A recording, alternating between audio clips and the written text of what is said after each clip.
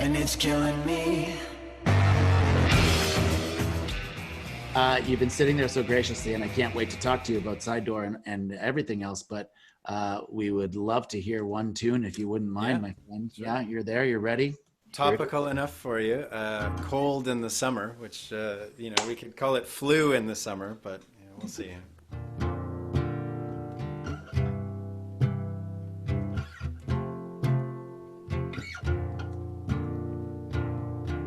You said it, I'm losing touch, the opposite of every kid out on the run. I can't stand it, I don't wanna become kinda gotta catch a cold in the summer.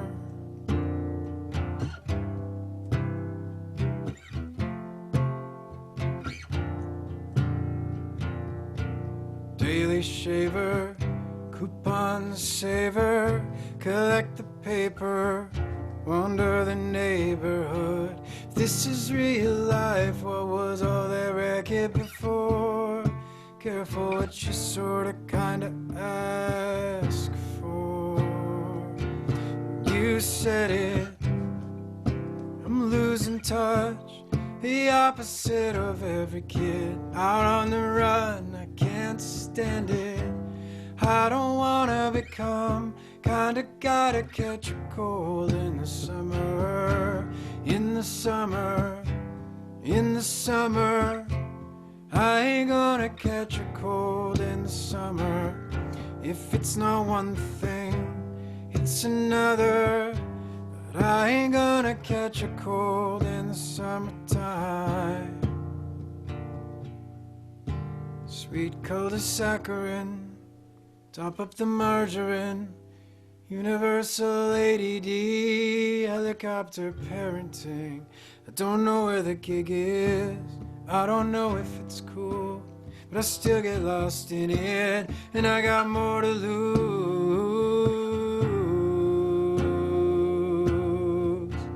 You said it, I'm losing touch, the opposite of every kid out on the run. I can't stand it, I don't wanna become kinda gotta catch a cold in the summer.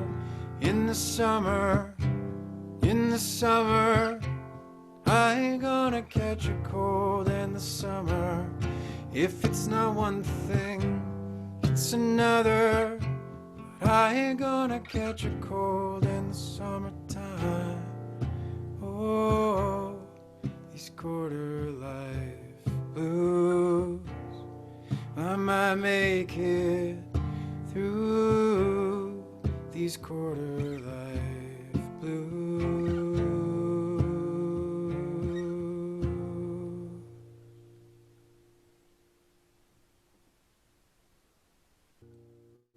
Yeah, thank you so much, brother. My pleasure. Is it weird to just sing that to a man, just one man? Not to you. It would be weird, Steve, if I wasn't envisioning you every time I sang a prayer tonight. Well, thank you so much for playing that particular song, because I tweeted you. There's background.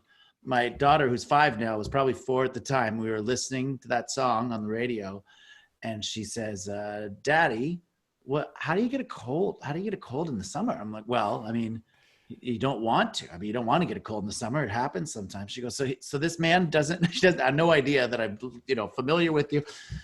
She said, does this man not want to get a cold in the summer? I'm like, well, I don't think so. She said, well, then why is he singing a song about it? So she's already tapped into the secret, like the manifest your life. Don't put energy into the things you don't want. Yeah. She's 4. She's already figured it. She's going to be a guru. Oh God. Yeah. No, I'm in deep trouble, and she's fluently bilingual already. So she's already correcting me in French, even when I say the word perfectly. So it's a real nice road ahead that I have. My dad grew up in NDG in Montreal, and Nice. he's very Anglo, but he still says like centimeter because he went to elementary school in Quebec. And every time he says it, it's a part of me. I go, wait, did you say centimeter? There's areas of Canada, certainly in New Brunswick, where people speak with a thick French accent, but they don't speak French. Yeah, yeah. It's a really weird thing. I like words like le hot dog or le skateboard, you know? Yeah, yeah. I go. Yeah, my Ontario School of French. When I try to say, petit déjeuner, and they're like, "You mean breakfast? Is that what you mean? Yeah. Why are you calling it small lunch?" Um, Seeing you perform like this is a real treat for me because I've seen you perform in much larger groups, but you somehow are able to have that intimate energy, no matter how big the crowd is. Oh, that's And sweet. it's a real amazing thing, my friend. Every time I see you, you're as likely to be in the middle of the crowd with your guitar as you are Sometimes, yeah. on the stage. And I love that about you, that you surround yourself with the people that came to see you. And we had taped Debaters at Danforth Music Hall. 2 nights later, you were due in for the first of 2 shows. Hmm. And I believe you got your first one in. And then they said, don't come together in groups anymore. So what did you do on the second night? Could you just let everyone Yeah, know? of course. So, I mean, we have a 2 night stand at a venue, and that is a rare gift as a musician because you don't Yeah. have to load out your gear at the end of the first night. So literally, I just left my guitar on stage and walked out. And the most sort of grueling part of a show is always the loadout because it's after the adrenaline rush. It's almost like this weird come down. You got to go pack up all your stuff, and so we had a beautiful night on the Thursday, and I think that everybody kind of knew like this is our last hurrah. We're not going to be able to do this for a little while, and so there was almost like a end of the world vibe that night, and it was really, really magical in a way. And then the next morning, the mayor had said, okay, no gatherings over 250 people. So we knew right away in the morning, okay, we're not getting another show here. But we still had to go back to the venue and grab all our gear. And so and it's all set up, like the lights are set up and the stage deck and the instruments, everything's there. And Don Kerr, who plays drums in the band, he basically said, well, why don't we just play anyways? We'll get a camera crew in here and record it. So we did. And everything came together in like an hour because of our buddy Craig Small. He's got a little production company called the Juggernaut, and he was like, "Oh yeah, I'll get some guys in here right away." And we taped it, and we called it A Show to Nobody, and we played 6 songs, full production, full band, everything from the stage, and it was like a joke. It was sort of like a hey, let's make lemonade out of this, and yeah, at the end of it, I was kind of like, oh, that was fun, whatever, whatever. I didn't think too much of it. And then they edited it together and we broadcast it the following Monday. And we did one of those premiere broadcasts where everyone watches it at the same time and there's a chat thread. And it blew my mind. Like I was almost brought to tears in how I got the full adrenaline rush of a real show 3 days later, watching this thing that we'd created with everybody else in real time and giving notes on the songs and little bits of behind the scenes information and stuff. And the response from everybody in that moment, I mean, it was a really emotional moment for everybody, just societally at large. And to sort of have this weird online congregation, it was really special. And I was nearly brought to tears with the whole experience. It was crazy. Well, kudos to you, man. That's how you bring people together, and you've got the people that want to play and the people that want to see you. And that was literally, I think I did a show on Friday with Carolyn's group. We did that kind of viral thing. And I think it might've been the last live comedy show in Canada because it was, Friday the 13th. Yeah, that's right. Yeah, yeah. Particularly bad Friday the 13th this year. And, having the people want to support something and dying to be at that concert. So the fact that you could convey that and get the feeling of a concert truly through the screen because of the efforts of everyone and because of the talents is it has to have set a lot of musicians down the path of there is still hope to connect with people, even though we can't physically get together with them. That's a perfect segue. Thank you, Steve. I'm just giving myself notes during the interview. To Side Door, which we started to talk about a bit in the panel. But if you could expand on that a little bit, because you're the co-founder of it, what made you have this idea to get musicians out and other artists to people? Well, initially, I'll tell you, back in 2006, I played my first ever show in Calgary at a venue called the Ironwood, and I hassled them for months over MySpace to come and let me play, and they eventually did. And of course, there's like 4 people there, right? Because no one in Calgary's ever heard of me. I don't have any friends in Calgary. Why would anyone be there? And then about 6 months later, I got invited back to play at this guy's Doug backyard. And a couple times a year, he just has a house party and invites a musician, and they pass the hat. And there's like 60 people there. They don't know who I am, but they watched the show and made like $700 and sold a bunch of CDs. And that's a CD is like a small plastic object. But buddy, you're talking to me. You can go 8 track with me. I know what you're talking about. And so I was just like, oh my God, I don't need the venue. I need Doug. That's who I need. I need a Doug in every city, and that a Doug in every city kind of became my motto, in my in brain. And so fast forward, tech had evolved, and I met Laura, my co-founder with Side Door. We met through a shared love of facilitating amazing house concerts, and I was helping a bunch of musicians that just were friends to book these kinds of shows, and I just had like a spreadsheet of hosts that were into it, and so from there it became a real marketplace platform. It's a community. We have 2,300 artists and 100 venues in North America, and we booked about 700 shows since in a year since launching. In early 2019 we launched, and then of course we had this huge South by Southwest initiative. We'd booked tours for all these bands down to South by, and that was all canceled because of COVID-19. And then all of our shows in the next coming months are all canceled. And then that experience of playing the show to nobody was sort of like a moment getting, angling us towards figuring out, well, what can we do? So I started doing shows from home, and I did them through Side Door, and I ticketed them. And putting a gate on it, it really does add value both for the artist and also for the audience. I might have mentioned this before, but over 90% of our people or participants who are buying tickets for these shows are tuning in for the entire show. They're not passively looking for a few minutes on their phone and then How long do they go, Dan? Typically a show? Well, thus far, I'd say about an hour. A An lot of hour, them yeah. are. Yeah. And so, you're tuning in and you can see like they've got the family's on the couch, the dog is on their lap. Like they've bought a ticket, they put it in their calendar, and they've made room in their life for it. They're not just passively watching Chris Martin Right. for a couple minutes and then moving on Instagram Live. And so that was like a real eye opener of like, oh wow, there's real value in ticketing online shows, not just for the performer, but actually for the consumer as well.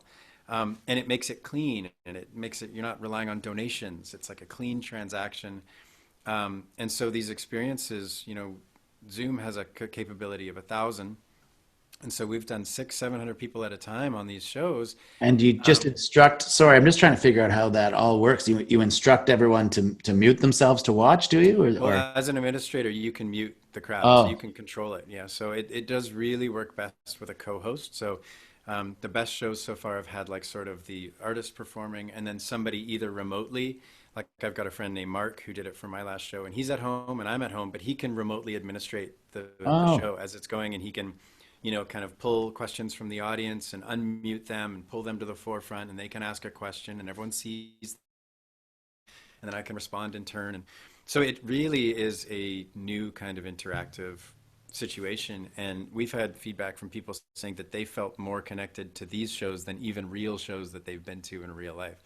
that's Um, pretty interesting. Why do you think that is? Is it because they don't have to wear pants?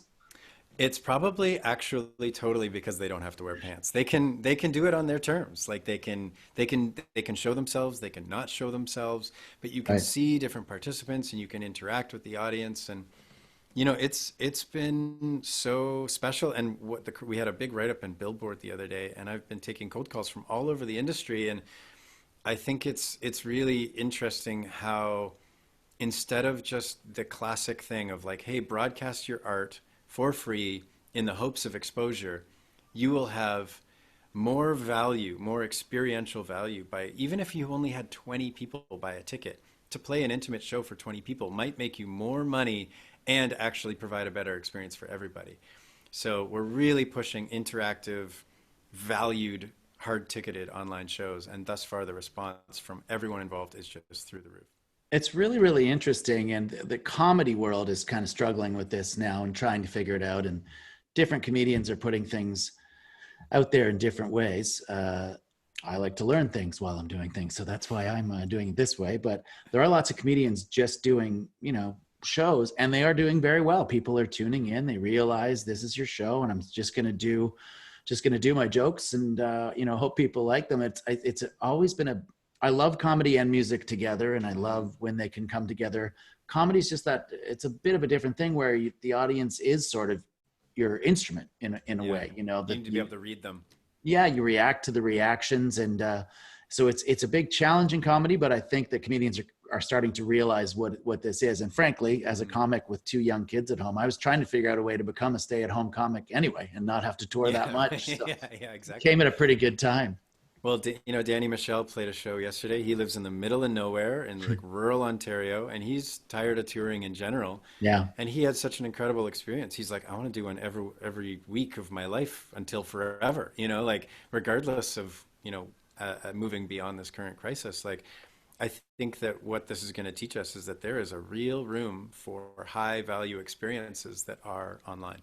And so as Side Door, we're just trying to fill that gap. And in the immediate future, I mean, we're really saying to artists, like, look, you can make a real living.